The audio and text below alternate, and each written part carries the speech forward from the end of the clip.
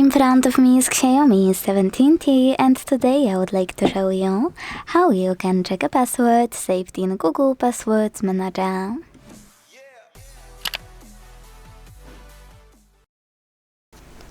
Begin by opening Settings and scrolling to hit Google.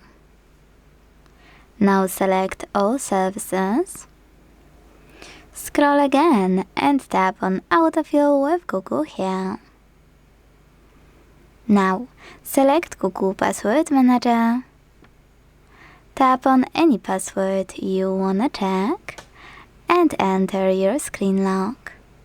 Finally, use this eye icon next to your password to make it visible, or if it's too long and you can't see it, select Edit and check it here.